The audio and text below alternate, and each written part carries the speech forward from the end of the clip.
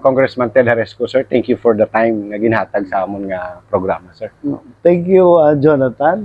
Thank you. Alam mo naman na thank you sa mga listeners ng Todo Radio. Yes. Thank you for this opportunity. Congressman,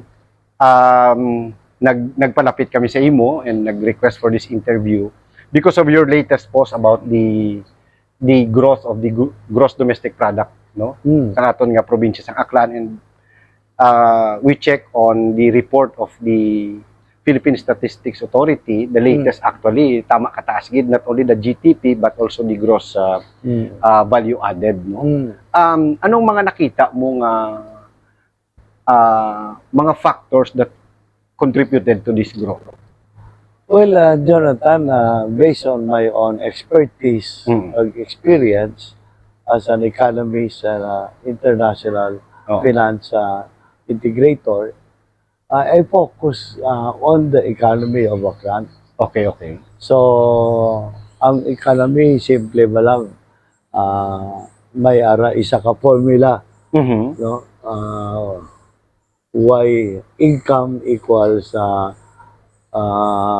consumption plus government parenthesis export minus import plus investment.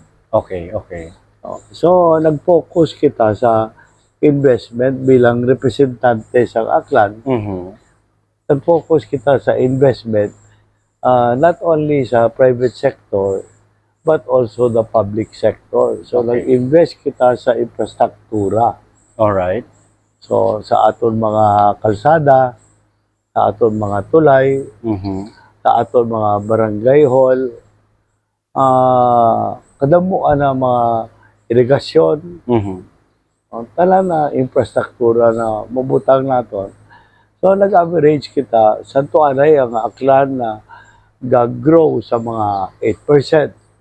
Okay. No. Subong? More than 20? 22.5%. Okay. Kaya nag-focus kita sa isa ka parte sa formula, infrastructure. Investment sa infrastructure. So, okay. Ano ang impact, no?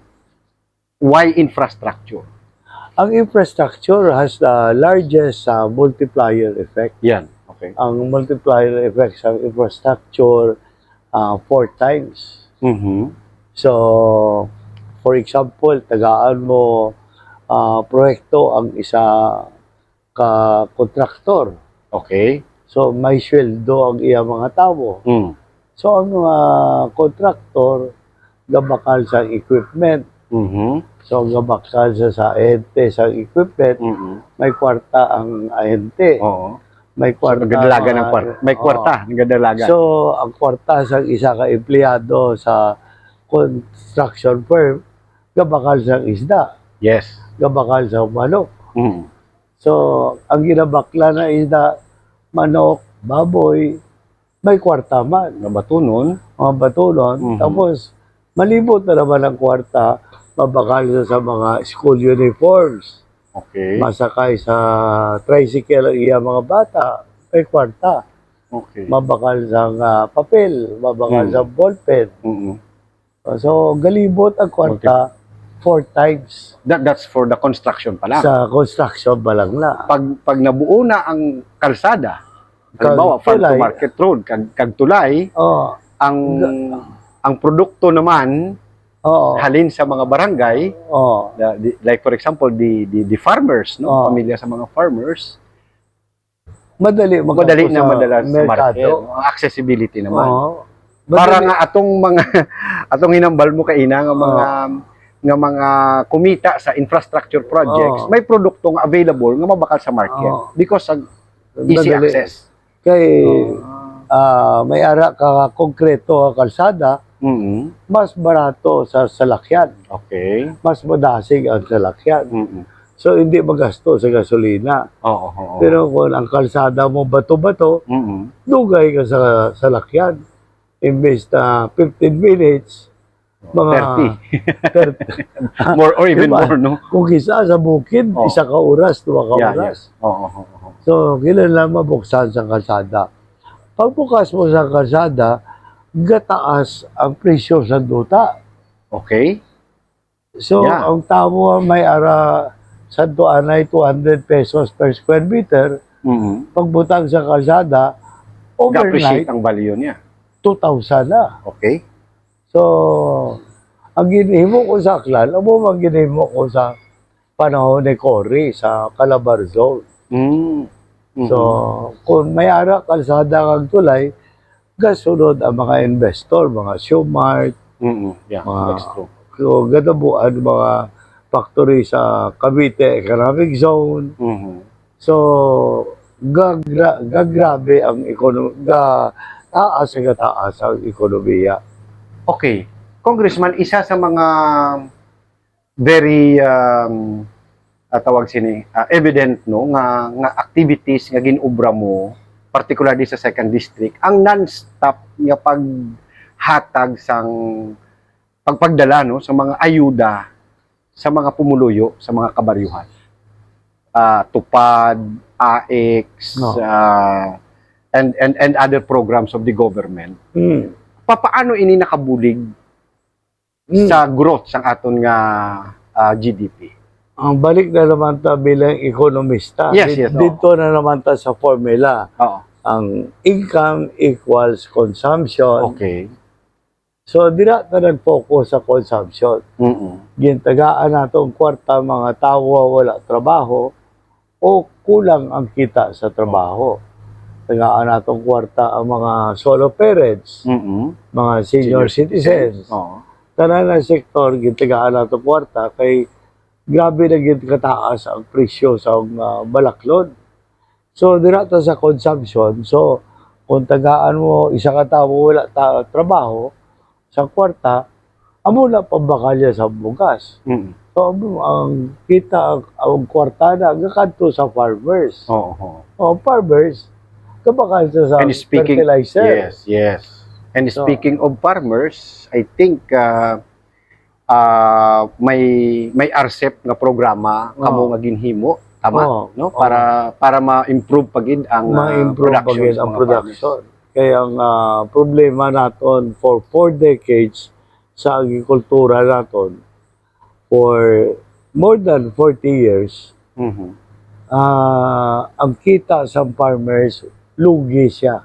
Okay. So gakaladula wala na gusto mag-farming kay lugi.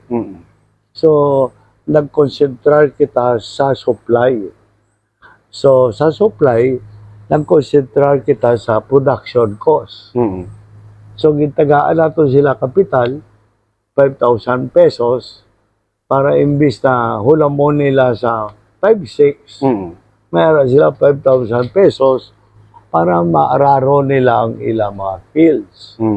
Tagaan nato sila irigasyon para may tubig sila. Ginlibre naton ang ila utang sa land bank. Forgive na naton. Oo, wala na sa buong utang. Parang amnesty? Last year, nag-declare kita sa amnestiya. This year, bago lang yung pirmahan ni Presidente na subong ang almost 500 billion ang utang sa farmers, rice farmers, wala na. Okay. Wala na sila baydan para makabangon sila. Kay 40 years na ginatag naton duta sa ila pero hasta subong hindi bagid sila makabangon. So napirdi na ta sa investment sa iba na neighbors naton, Vietnam, Thailand. Nga average sila sa 5% sa budget sa agriculture. Sa agriculture lang. Kita invest kita 1.2, 1.5%. Okay. Kulang. Kagamay. Wala kalsada, wala tubig, wala fertilizer, wala fuel subsidy, wala gid, wala binihi. So, subuhiyag concentrate kita. We learned our lesson sa COVID. Yeah. Na pag-lockdown, wala ginakaon mga tao. So, nato na hambal ni Presidente food security and sustainability. Kinahanglan we grow our own food. Kaya kung matabo na naman ang epidemya pareho sa COVID, wow, Back to zero na naman. Hindi lang back to zero. Hulag ang mga barko. Wala. Halin sa Vietnam para makabakal kita bugas. Ay maski na ang balon to sa Pilipino, kaon ka mo sa pandesal, ay bugas kita. Bugas gilang ginapangita. Sa Amerika, kakaon sila sa mais, pero Pilipino, bugas kita. So, dira Okay. konsentra sa bugas. So these programs and strategies nakabulig no para mag-steer ang dalagan sang ekonomiya sa aton nga probinsya that contribute sa growth no. Sa inyong ginset, I understand when you no as congressman of the 2nd district, iniya long-term plan man ni. Ano ni siya, phase 1 pa lang or amuna ni? Or may ara pa kita nga phase 2 after this? Subong taas ang presyo sa bugas. Sa the past years, ang RCEP naton nga depende sa 30% tariff. Okay. No? So, ang mga ginabakal naton sa Thailand, sa China, sa Indonesia, may taripa 30%. Ang 30% na ginabalik naton sa agriculture, sa rice farmers. Okay. So, nagpromisa si Presidente kag Speaker Martin, hindi kinahanglan taas pagid ang presyo sa bugas. Sa last week, yung panubuan ni Presidente 15% ang taripa. Okay. Hoping na ang gin-invest naton the past 2 years sa RCEP, may ara kita sufficient domestic supply of rice. Kay ang report sa gaabot sa Amon, lalo na sa Malacanang, gaabot na kita sa 90% domestic supply. Kaysa to anay, mga 84% lang kita. So, ga-import kita sa mga 17%. So, ang gina-import naton, mahal. No? Pero mas mahal ang aton domestic supply. So, kung maigo kita sa 90%, nami na gid na. No? Kaya subong ang indikasyon, daw may ara kita sufficient supply. Kung hindi lang taguon sa merkado. Okay. Yeah. So, ginubo nato ang taripa. So, medyo ganabo siguro ang RCEP nato. Yeah. But as far as the growth is concerned, ang strategies ninyo will continue pa ni. Oo. May plano pa na naka-prepare for the second phase? May plano pa. Lalo na may plano pa bantayan ang presyo sa garlic, luya, onion, kaya ginakulong namon sa Congress ang mga smugglers, ang mga traders, ga-control sa presyo sa onions, ang garlic, ang luya. We hope after all these 35 years, smuggling sila na mapudno na gid. Kay kung mag-harvest ang mga taga Nueva Ecija, mga taga La Union o si Isabela sa mga vegetable, gina-flood nila ang market para malugi ang aton domestic farmers. No? Tapos kung wala na, pagwaon nila ang imported, 5 times the price. Lalo na sa mga bare months, November, December. That's why may mga time before, no, nga nag-abot kita tag 50, hundreds, no? Presyo sang sibuyas. Grabe. So, mga pila na nakatawo, mga anom na nakatawo. Okay. Congressman, locally, no, like, of course, you cannot speak on the 1st district, but for the 2nd district lang, ang mga investments sa government sa infrastructure, kamusta? na buksan na ba tanan nga kalsada na concrete na ba FMR, farm to market roads and bridges, or may mga nabilin pa nga dapat padayunon? Damo pa kay ginahimo nato subong ang national highway naton, kinala ng farm to market roads naton, tapuso naton. Sa ibahay daw gintapos ko na tanan. Okay. So ang ibahay ano na lusot-lusot na, interconnected na. Kulang na lang siguro mga perpendicular roads. Pero kung kuwao ba nato ang perpendicular roads, basi magnubo na naman ang aton production. No? So, gina-estudyohan nato na buksan nato ang Antipolo hasta Antique. No? Okay. Bulig kita sa pagbukas ang bali malusot ni from Ibahay Antipolo to what? Pandan, Sibaste? Sa Pandan. Pandan, okay. Para mas madasig ang ulang sa kwarta. Ang good sa Pandan, makadto sa mga porto sa Aklan.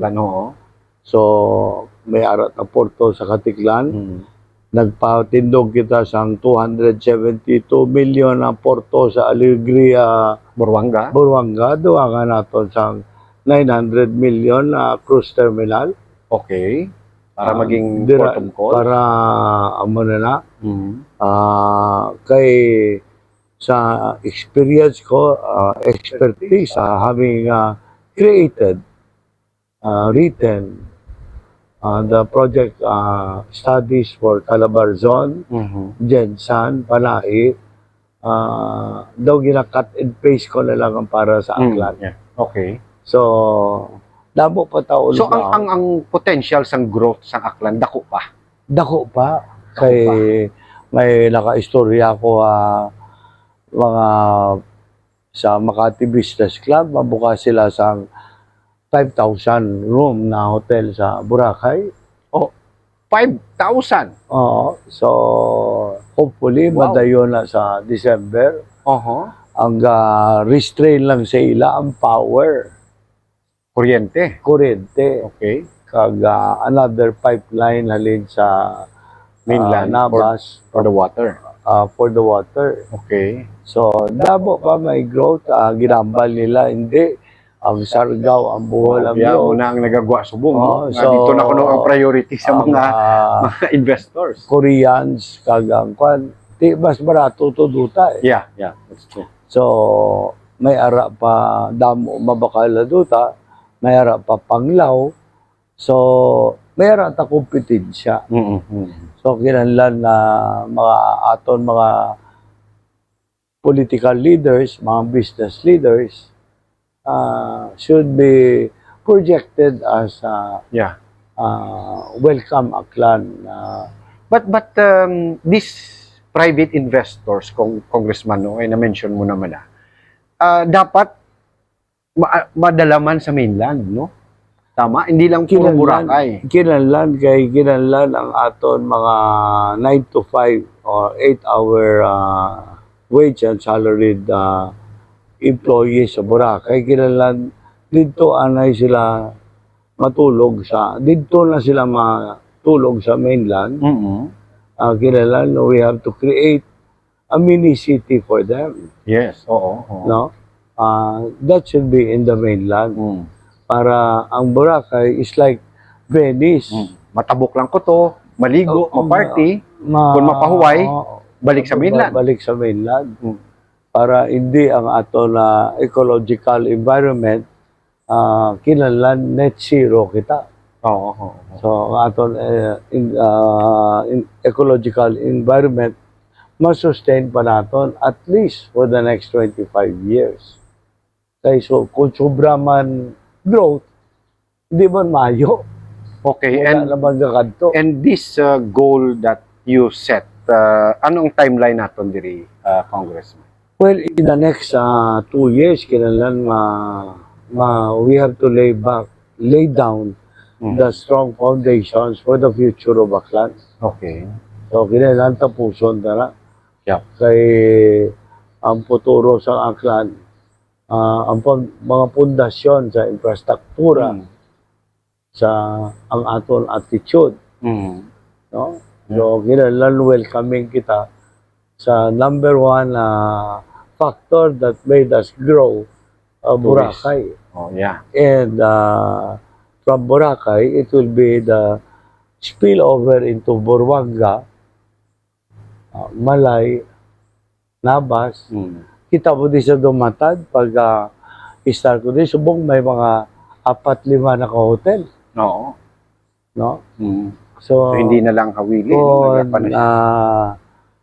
everybody is shown to be active, ga-attract sa mga investors, kay Mayo to, kay business friendly. Yeah. Oo. Kailangan mo silang attitude. So, in 2 years, dapat maiplastar, and after iplastar, may extended pa na, no? Ang implementations, no? Ang gusto nato matabo. Na we said, you being an economist, and of course, a representative of the 2nd District, no? Ang potential sa investments kadako pa sa kinahanglanon actually, no? Damo pa pwede nga matabo. Is it an advantage for the Aklanon people? It will be an advantage, particularly for our our youth. Na hindi na sila magkanto sa Saudi Arabia para mag-bathe. Hindi na sila magkanto sa Boracay para kung ano ordinaryo empleyado. No, kinahanglan na isuporta man naton sa scholarships, sa retraining, sa TESDA. Kinahanglan may ara man ta learning, schooling. No, kinahanglan we set the high standards for our children, and that starts with our educators. That's why 6 years ago, I started Aklan 10 Outstanding Mentors. Ang Atom. Tapos, get the youth involved.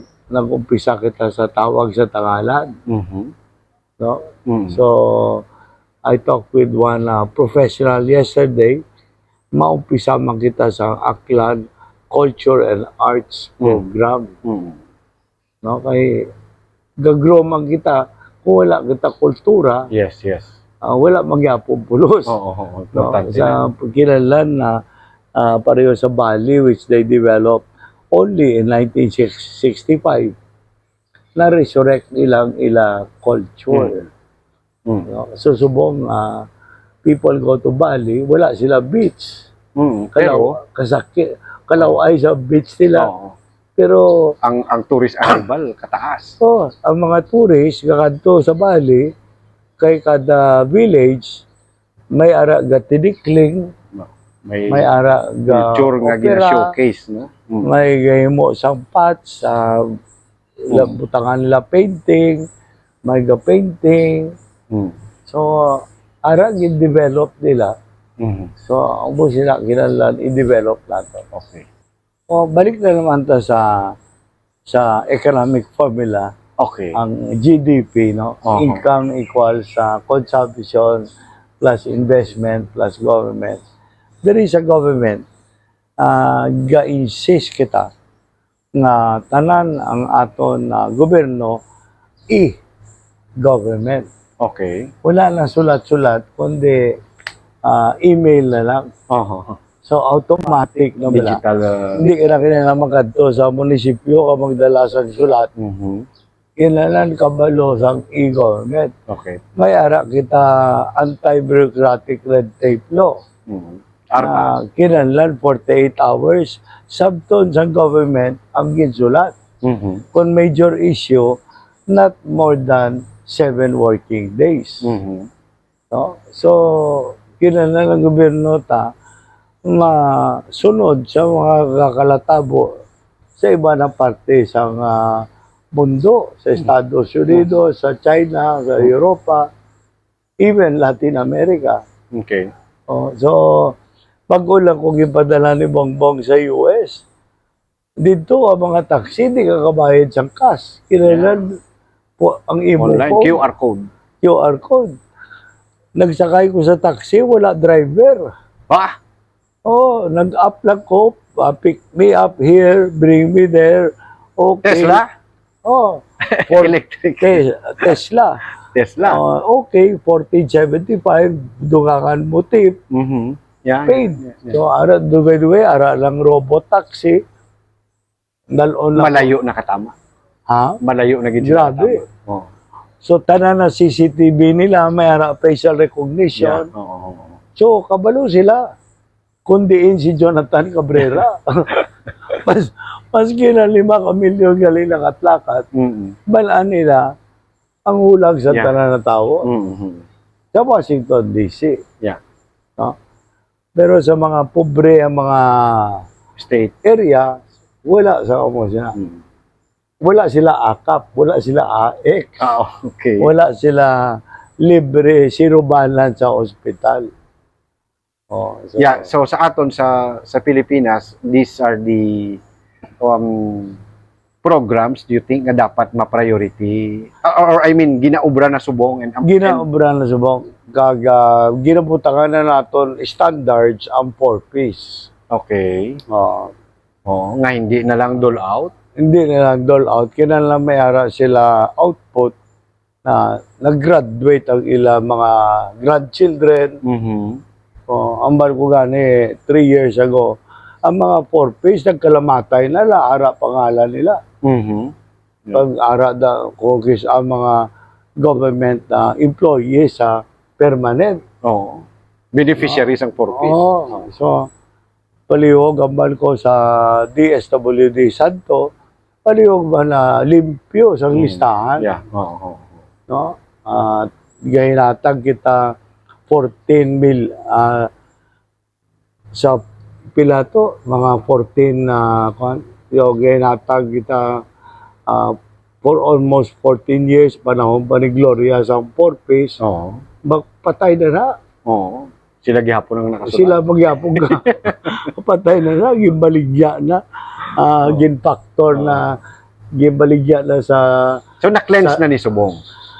Amo na ga-insist si Presidente na tanan na e-government i-clean up, i-install butangan sa mga algorithms para madasig ang cleansing. You hear that? Algorithms. How old are you now, Congressman? If you won't mind. 17. So, very mataas ang awareness no ni Congressman pag-abot sa technology. Tama kataas ha? Well, in 1992 I was parang Gen Z. Algorithm. Okay, go. Thank you. I was the Asia Pacific representative in 1992 for the second highest ranking computer company. I see. And I was, that time, 1992, I was paid $38,000 a month. Oh, wow. 1992, nakaka-$38,000 ka na per month. I was the highest paid expat. So, sa Congress ba, member ka sa Committee on Information Technology? No. Member ko sa committee sa appropriations, sa banks and finance, sa agriculture, and 5 other major committees. Okay. DPWH, Yeah. mga interesting na mga committee. Namangkot ako kaya ang imong literacy pag-abot sa information technology tama ka taas, no? Hindi man gasunod lang ta sa mga science magazine. Okay. All right. Sa Congress, with your relationship kay Speaker Martin, no? Very close. The wife is always here. Yeah, the tingog party list. Okay, kang ikaw gid ang ilang contact ginasaligan diri, no? Pag-abot sa Congress sa imo nga mga ginaduso nga programa ginaduso nga legislation or mga punto no nga ginaraise mo during the committees and even sa plenary, so far smooth sailing, It's appreciated. appreciated. Kaya you don't think in terms of Aklan, you think of national interest Mm-mm. and geopolitical gravity. Oo. No? Mm. So, I think in terms of what is best for our country, what is better for my speaker, and what is good for me. Mm-mm. So, una na yung best for country, kay national law na. Yeah. So, better kung may man input ang House leadership Mhm. sa executive. Mhm. Good Okay. kung may man ta reward kung kisa Mhm. sa aton mga little contribution sa national development. Okay. Briefly, what's the motivation and inspiring message nga gusto mo ipaabot sa mga Aklanon as far as your governance is concerned, as legislator of the second district? Well, You can address it to them. good morning mga ginapalangga o sa akyat. Mayad ayad na agahon. Noong nag-umpisa po tayo, sinabi natin na todo asenso. Yung pangalawa natin na termino, sinabi po natin na tagumpay ng pangako. Sa pangatlong last term ko po, sa 2025, 2028, gusto ko po sana sabi na tuloy-tuloy po ang tagumpay. Kailangan natin ilagay talaga yun pundasyon sa futuro ng ating mga anak o atong mga unga. They are highly skilled, educated, and we can be perhaps the Switzerland of Panay. Wow. Switzerland, kasi sa Switzerland, ang trabaho ng isang tao, apat-apat. Natutulog lang sila, alas 8 ng gabi.